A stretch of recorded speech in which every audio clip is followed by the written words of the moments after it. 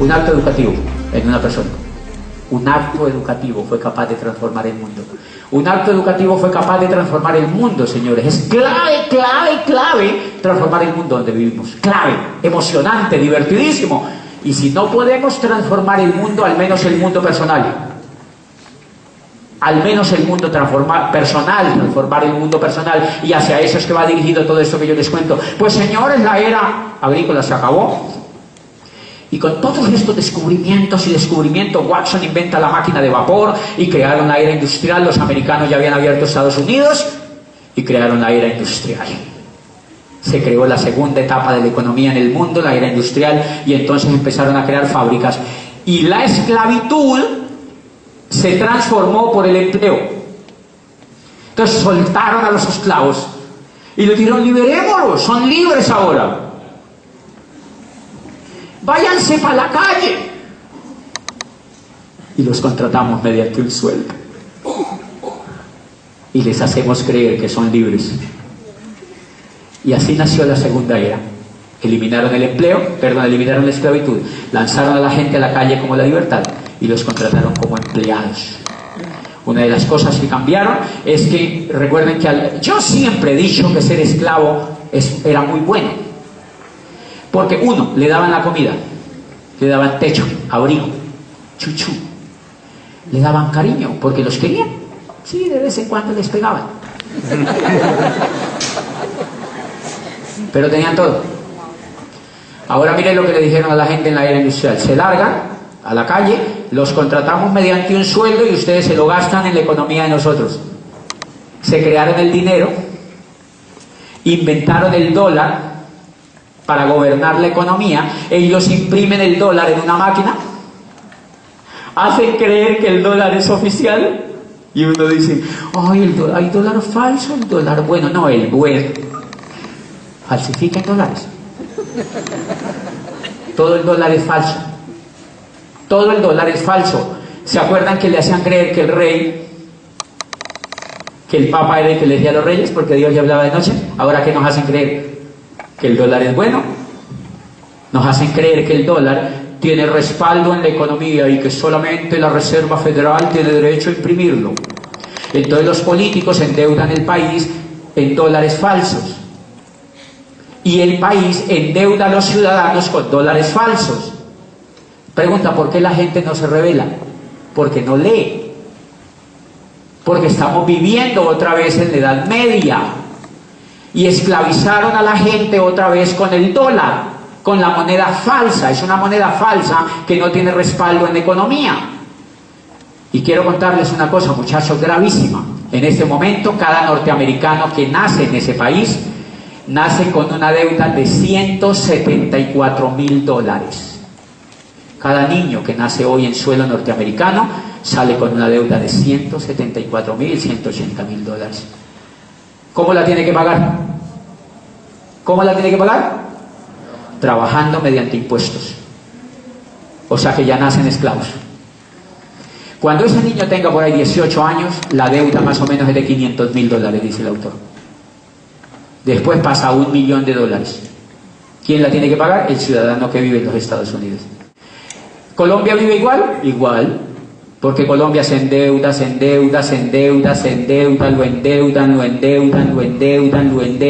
lo endeudan, se hacen amigos del Fondo Monetario Internacional, lo endeudan. ¿Y quiénes tienen que pagar eso? Los que vivimos en Colombia. ¿Cómo lo tenemos que pagar? Mediante impuestos. ¿Cuándo se acaba eso? Cuando haya una revolución. ¿Cuándo se acaba eso? Cuando haya una revolución. Pero yo prefiero no hacer ninguna otra revolución, porque yo sé, yo no soy capaz de hacer una revolución tan grande. Yo hice una personal. Me gustó más que dar el ejemplo. Me dijeron, yo conocí una oportunidad y me dijeron: si los dólares que imprimen son falsos, no se queje, apréndaselos a ganar. Y yo dije: ¿cómo así? Me dijeron: sí, todo el problema es que usted no se los ha aprendido a ganar. Problema educativo. La era industrial creó también un modelo educativo para que la gente no aprendiera a ganar dólares. Crearon un modelo educativo para que los niños fueran lo menos creativos posibles. lo más tapaditos posibles, lo menos soñadores posibles, lo más obedientes posibles, lo más ovejitas posible, para que nadie se rebelara. ¿Cómo lo crearon? Crearon una cosa que se llama escuela. ¿Quiénes crean las escuelas? El gobierno. La educación pública se la inventaron en Francia bajo el gobierno de Napoleón para poder mantener a la gente en paz, porque acaban de salir de una revolución. Y entonces era necesario poner a toda esa pobre gente a trabajar en las fábricas que acababan de nacer, porque Napoleón fue quien le abrió la puerta a la modernidad que llamamos hoy, a la era industrial, y crearon escuelas. Eduquen a todos esos pobres en esas escuelas. ¿Cómo los educan? Le ponen una profesora a los niños a que les enseñe tonterías. ¿Dónde están los ríos? ¿Dónde están a mí me enseñaron dónde están los ríos, los lagos, los riachuelos, las lagunas. Yo siempre le he dicho en todas partes, donde voy, como si yo fuera a ser pescador. ¿Para qué rayos yo voy a necesitar dónde está el río Cauca? No tengo ni idea dónde pasa. De hecho, cuando voy en avión yo lo veo y yo digo, ¿ese será el Cauca? ¿Por qué no ve eso así? Yo digo, debe ser el Cauca. Y siempre que paso en avión veo las tres cordilleras. Digo, esas deben ser las tres cordilleras que me enseñaba la profesora. ¿Cuál será la central? Debe ser la que va por la mitad. ¿Para qué le enseñan a uno de niño esas tonterías? Entonces crearon la escuela.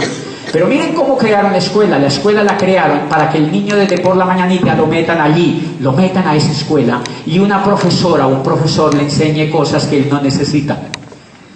¿Qué es lo que buscan con ese niño? Obediencia, obediencia, obediencia, obediencia, obediencia. Pregunta, ¿usted se podía rebelar en la escuela?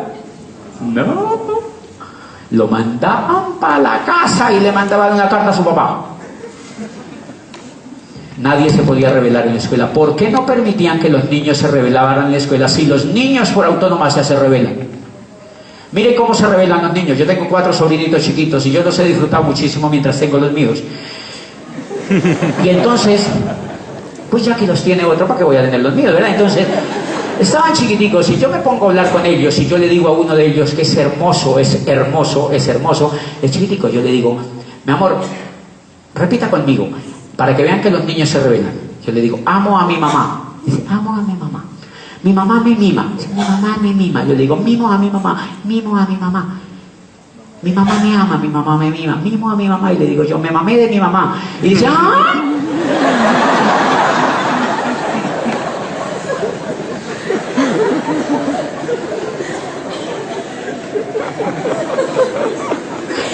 ¡Ay, qué lindo!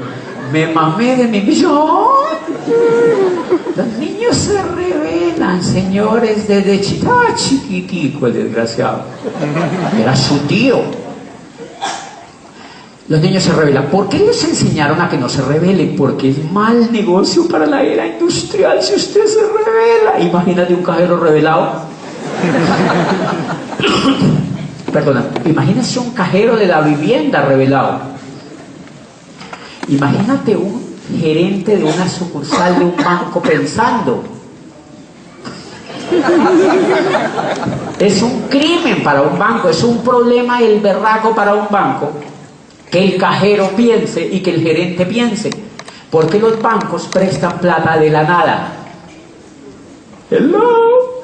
Los bancos, cuando la señora va a hacer un préstamo, lo que crean es un número digital. Ellos no tienen el dinero y la ponen a trabajar a ella a pagar un préstamo que ellos no tienen. Los bancos es la mayor estafa en la sociedad moderna. Los bancos prestan plata que ellos no tienen ni tendrán. Es un número ficticio que te hacen aparecer en la cuenta y te esclavizan por 30 años, por 20 años, por 10 años, por 5 años. Ellos pueden prestar 100 veces lo que tú metes en ahorros.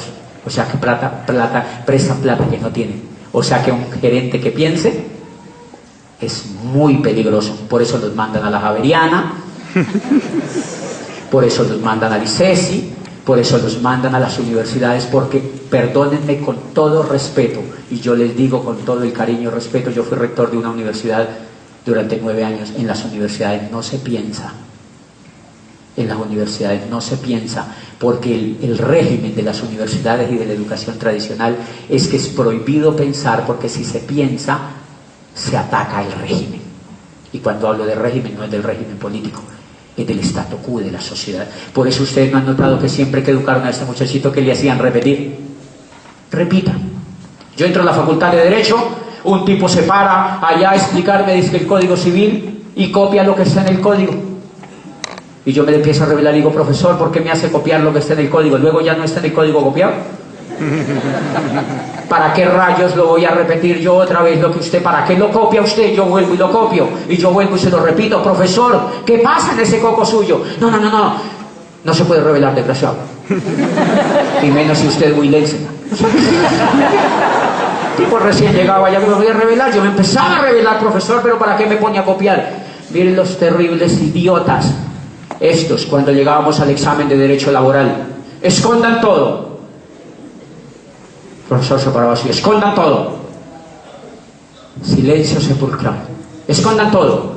Está copiando. 1, 0. Es increíble la estupidez de la educación.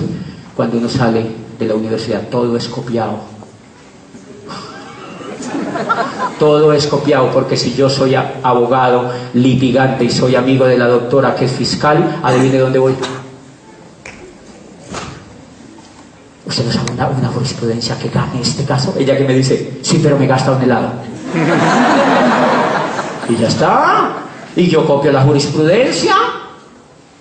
Todo está en Google, nuestro gran amigo. Y entonces la universidad es tan estúpida que no deja a los niños copiar. No deja a los niños el colegio copiar. El jardín no deja copiar a los niños y los educan con miedo, con terror, para que ellos no piensen ni desobedezcan. Los sacan de las clases si ellos piensan y desobedecen. Y entonces crían a un niño estúpido, un niño que no piensa, y entonces ese niño, pero es más grave aún todavía lo que está haciendo la educación. ¿Por qué era buena ese tipo de educación? Porque el niño saliera a buscar empleo. ¿Cómo encontraba? Dios lo bendiga. El problema es que hoy pierde el tiempo porque ya no encuentra empleo. El muchachito sale de la universidad y llega del papá y le dice, papi, ¿no hay nada? Pues no hay nada, señores, porque la era industrial se acabó. Pero lo terrible que hace la educación es que saca un niño sin creatividad, saca un muchacho sin creatividad, saca un muchacho sin iniciativa, saca un muchacho sin emprendimiento, saca un muchacho que no es capaz de usar el coco, saca un muchacho a vivir en un país brillante como Colombia, pero no es capaz de transformarlo, porque no ha sido educado para transformar ese país. Son 5 años repitiendo tonterías y teorías tan absurdas como esto que les voy a contar. El conocimiento en el mundo se reforma cada 6 meses en este momento.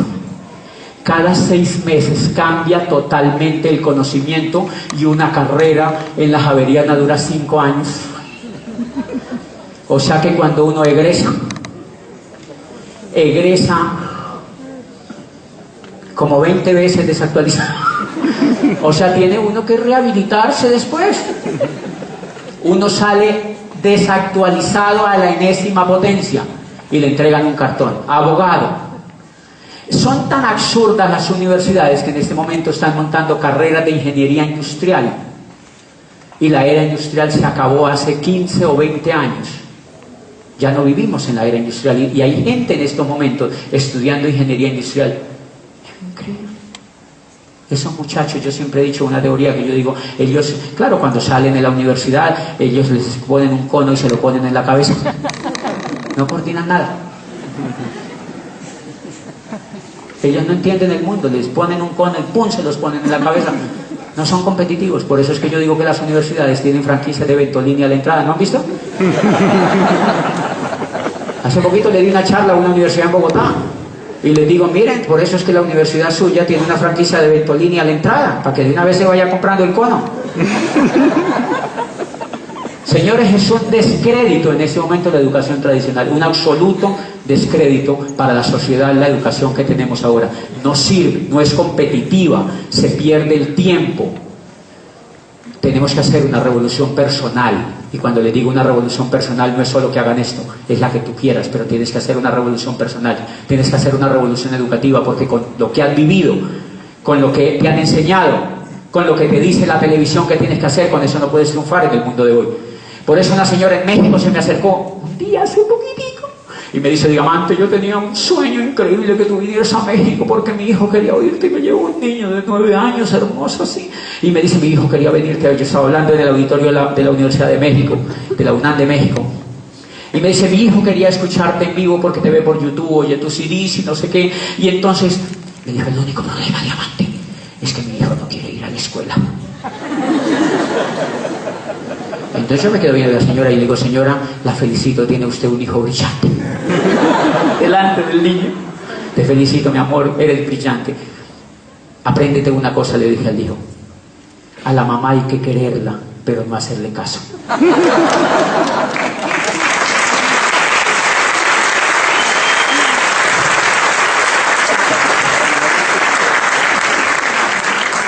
Los padres, por supuesto, están en crisis. Los padres son los que más están haciendo el ridículo hoy en día. Tienen que asumirlo. Por favor, no hagan más el ridículo con los hijos. Quédense callados. Tranquilos que los hijos van a encontrar rumbo, señores. El mundo que estamos viviendo en este momento es el mundo más apoteósico y lleno de oportunidades. Los niños, veo niños increíbles hoy en día. Vehementemente increíble buscando nuevas oportunidades. Señores, en este momento cada segundo se está haciendo un millonario en el mundo en internet, y uno dice que metido en la universidad, muy trombolo, gente muy despistada. Estamos despistados, señores. Y si me dicen que se lo sostenga a alguien, yo esto no se lo sostengo a nadie. Pero es verdad. Una de las cosas que hice en la pequeña revolución que hice fue que me aburrí de ser rector de la universidad donde estaba por esos motivos. Claro que ya me iban a echar. Y me salí. Y nunca quise volver a aceptar un puesto en educación porque me parecía un adefesio, un engaño a la sociedad. Me parecía un terrible abuso con los jóvenes hacer ese tipo de cosas. Y yo felicito a los jovencitos que hay aquí sentados hoy en día, que entraron a este programa educativo, universitarios jóvenes que hicieron su carrera, que se dieron cuenta de la estafa social que fue su carrera, muchachitos que no han salido del colegio.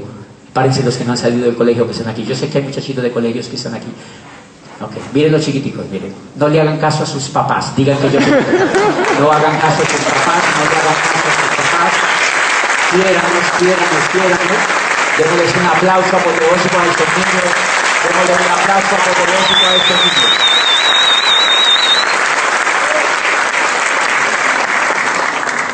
Los niños hoy en día ellos están viviendo en una etapa fantástica de la humanidad, la época más brillante que hemos vivido. Nunca habíamos tenido una explosión de tecnología, de creatividad y de crecimiento en el mundo como la que estamos viviendo hoy, de manera que esos niños pues solamente necesitan ser entrenados. ¿Qué revolución hice yo? Vamos a arrancar ahora sí, finalizando esta charla, porque mire, yo traigo presentaciones pero no las presento.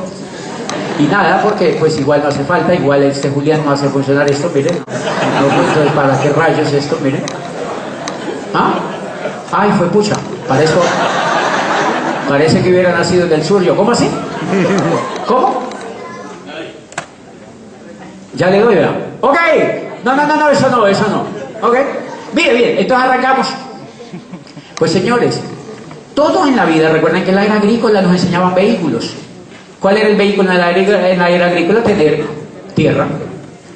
Pero a la gente no le enseñaban a conseguir tierra. Los únicos que tenían tierra eran los clérigos y los nobles. En la era industrial, el vehículo para conseguir dinero, ¿cuál fue? El empleo.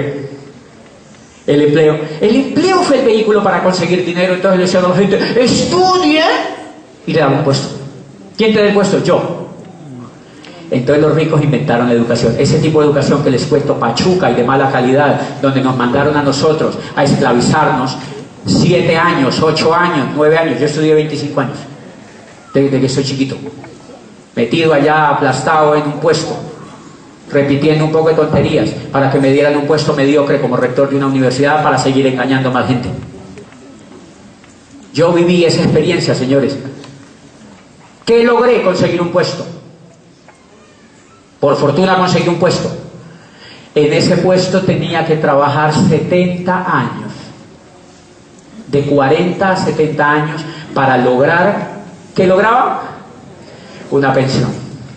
del 70% de lo que yo me ganaba. Lindo el negocio. Lindo el negocio. Imagínate el triunfo para un profesional. Estudia ingeniería industrial en la Ponti para que te den un puesto, para que trabajes 40 años y después la recompensa es que te ganas el 70% de lo que te ganabas cuando trabajabas si te dejamos jubilar. Lindo el negocio. Y la gente se va a hacer cola todavía a las universidades. Esa es la promesa de la era industrial. Por eso uno termina así. Por eso uno termina así.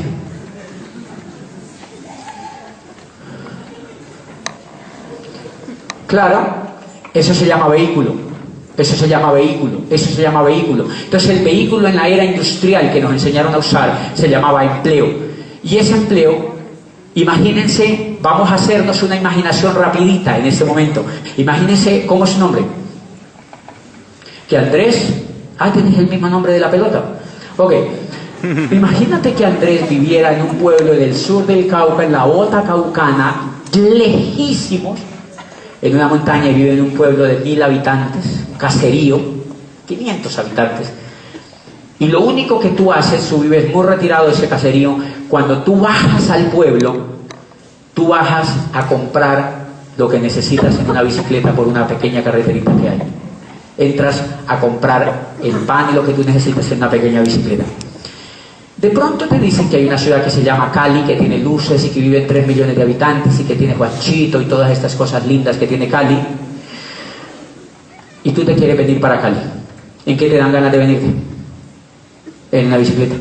¿Por qué te dan ganas de venirte en una bicicleta? Porque es lo único que el coco conoce. Es lo único que el coco conoce. En la era industrial, a la mayoría, a la masa, le da ganas de hacer una carrera. ¿Por qué? Porque es lo único que conoce. Los más osados le dan ganas de montarse un negocio propio. Esa es otra bicicleta. Los empleados tienen esa bicicleta, pedalean y pedalean y pedalean y no llegan a ningún lado. Eso estaba yo era empleado, yo no le podía llegar a ningún lado porque el empleo es un vehículo que no te deja avanzar. Los únicos que avanzan en esa industria son los ricos, los dueños de las empresas. Los demás no llegan a ningún lado porque el vehículo no está hecho para avanzar. Pues bien, el segundo vehículo que la gente usa es cuando Andrés se revela y dice, no, yo voy a montar una empresa propia. Estudió en la Ponti y se va a montar una empresa propia. Entonces monta una empresa para competirle a los ricos. En la era industrial, entonces él dice, yo quiero ser como McDonald's. Voy a montar una franquicia. Entonces empieza y pone un puesto de hamburguesas. Entonces empieza a competirle al Corral, a McDonald's y a las grandes cadenas de alimentos del mundo, porque él ignora cómo funciona la economía y monta un negocio propio, que le llaman a usted. La mayoría de muchachos que salen, y muchos de los que están sentados aquí, montan negocios propios en la economía industrial, que son llamados chuzos. ¿Por qué son llamados chuzos? Porque realmente no son empresas, son chuzos. Porque una empresa es un negocio que tenga mínimo 500 empleados. O sea que a uno lo educan es para montar un chuzo. ¿Por qué es un chuzo? Porque lo chuza la DIAN, lo chuza Industria y Comercio, lo chuzan los empleados, lo chuzan los proveedores, lo chuzan los chinos, lo chuzan. Entonces, ¿qué tiene uno? Es un chuzo. Ese es otro vehículo, es una bicicleta. Lo que pasa es que es una bicicleta sin galápago.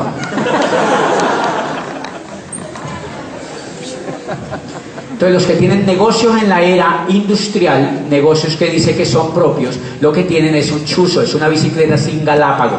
No por lo que se imaginen. No. No es por lo que se están imaginando, es porque no se pueden sentar. Ustedes tienen que pedalear parados. Por eso los que tienen negocios propios, peluquerías, talabarterías, droguerías, carnicerías, todas esas cosas, ellos pedalean parados porque ellos primero le tienen que pagar a sus empleados y después queda para ellos algo. Eso es ignorancia en la economía. ¿Por qué tienen ese tipo de negocios? Porque no saben dónde va la bolita de la economía.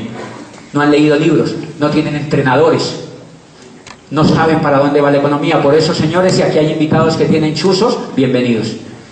Ustedes están al porta de conocer un modelo empresarial que es la oportunidad de tener una empresa propia, no en la era industrial, sino en la era de la información.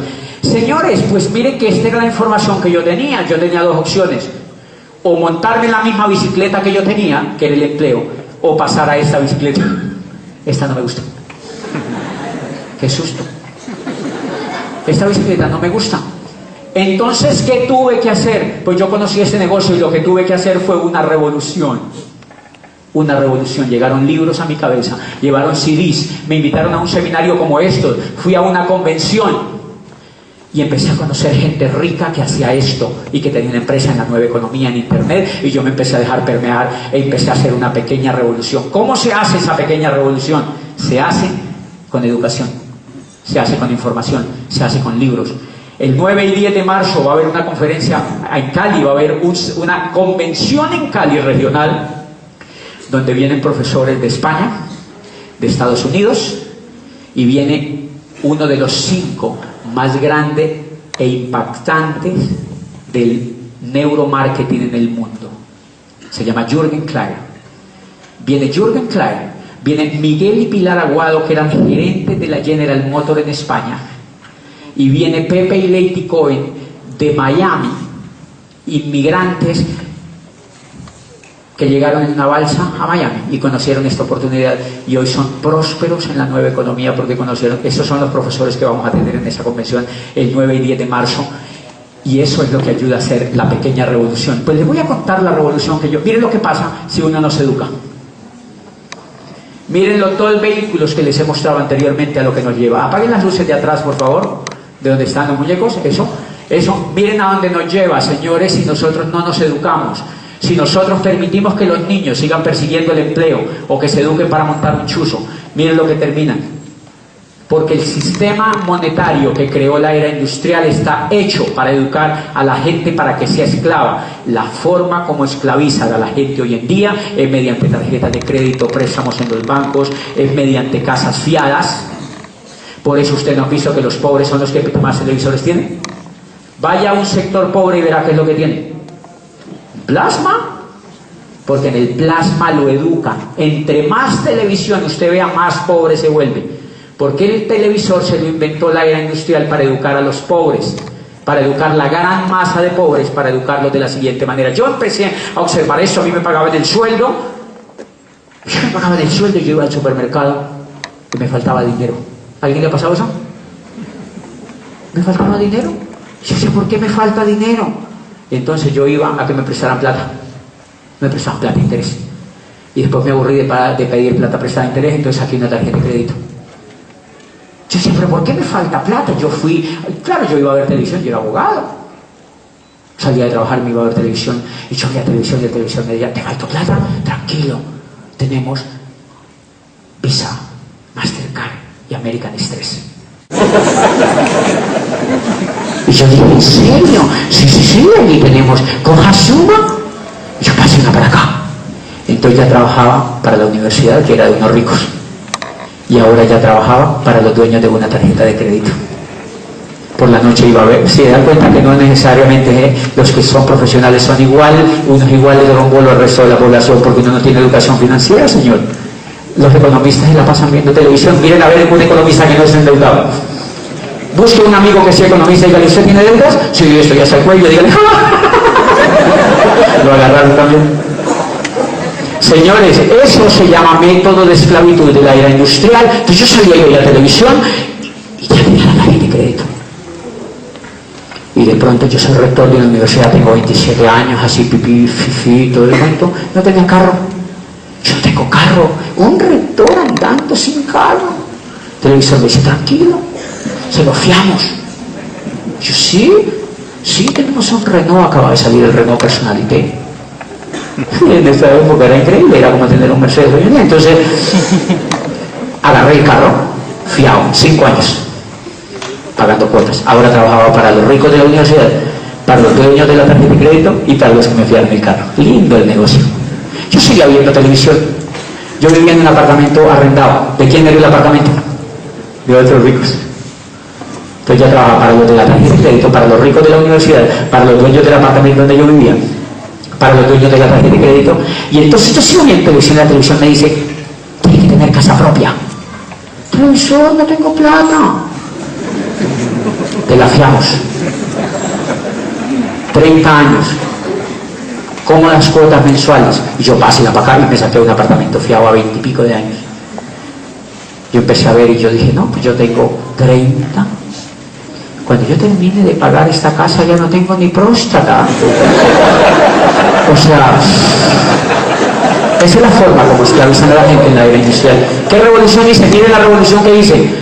Educación. Usted necesita hacer una revolución. Y usted ha entrado a un modelo educativo donde le ayudan a hacer una revolución. Mire lo que yo encontré. Me leí un libro y mire lo que decía el autor de ese libro. Creemos que el trabajo es bueno solamente si lleva al trabajador hacia la libertad, la recompensa y la esperanza. Si su trabajo no es satisfactorio en lo personal, en lo psicológico y en lo financiero, lo mejor es que lo deje lo más pronto posible y se consiga otro que sí lo sea. Y yo, ¿cómo así?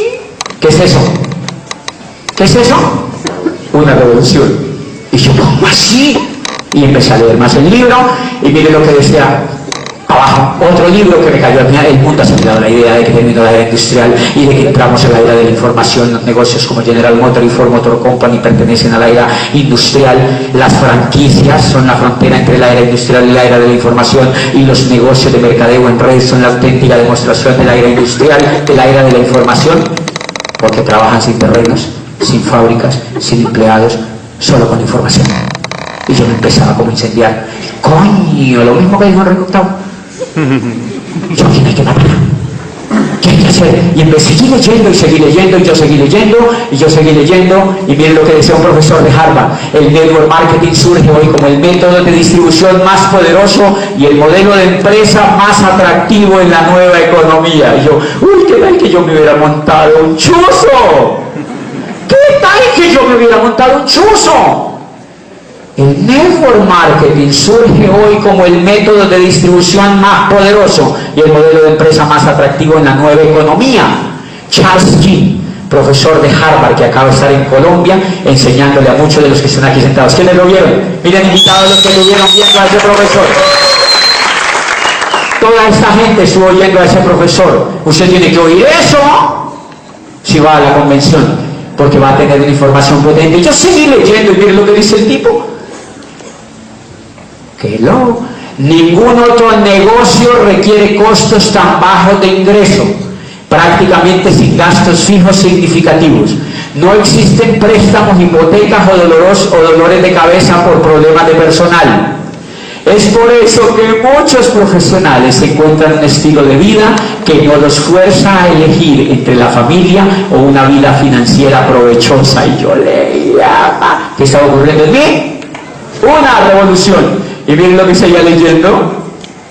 El mundo del trabajo está cambiando y nunca volverá a ser el mismo. El viejo modelo en el cual cambia 40 años de su tiempo, talento y devoción a una compañía o profesión a cambio de un ingreso seguro y reconocimiento de sus pares, ha sido destruido y no será rearmado. Entonces, ¿qué me ponía a buscar allá afuera? Si tú sigues insistiendo allá afuera y si tú sigues haciendo que tus hijos sigan haciendo lo mismo que tú, estás ignorante de lo que está en el mundo vigente hoy. Por eso es necesario que hagas una revolución. Y entonces, ¿yo me empecé a emocionar o no? Yo me empecé a emocionar y yo empecé a creer en el negocio que nosotros hacemos. Yo ganaba 0 pesos en este negocio, pero ya tenía información en mi coco y yo empecé a hacer esto. Miren, mi coco empezó a hacer gimnasia. Mi coco empezó a hacer gimnasia mental, empecé a alzar pesas. Mi coco empezó a alzar pesas y dejé de leer las tonterías de libros que leía de derecho, las cosas que no me aportaban a la riqueza personal, las cosas que no me hacían libre. Todo lo que no me hacía libre lo tiré para el traste y empecé a leer sobre esta industria, a conocer ricos de esta industria y me volví duro del coco. ¿Quiénes están endureciendo el coco en esta sala? Levanten la mano. Miren, señores invitados, prendan la luz para que vean, por favor, el auditorio, los invitados. Miren la gente que está endureciendo el coco, señores, para no dejarse explotar de la era industrial, sobre todo que ya no existe, para no se quedar rezagados en una era que se acaba de acabar. Tenemos que endurecer el coco. Y entonces uno se emociona Y cuando empieza a endurecer el coco, uno se emociona. ¿Quiénes están emocionados aquí? Levanten la mano. Miren la gente que está emocionada. Y miren lo que pasa. Pero miren el efecto que pasa. Uno se emociona increíble y uno va y le cuenta el negocio a un médico. Y uno ve un negocio fantástico. ¿Quién no va a ver un negocio fantástico así? Cuando lee todos esos libros y va a convenciones, a seminarios. Y yo veo un negocio alucinante. Y se lo cuento al médico y yo veo el paraíso en mi negocio. Y miren lo que ve el médico.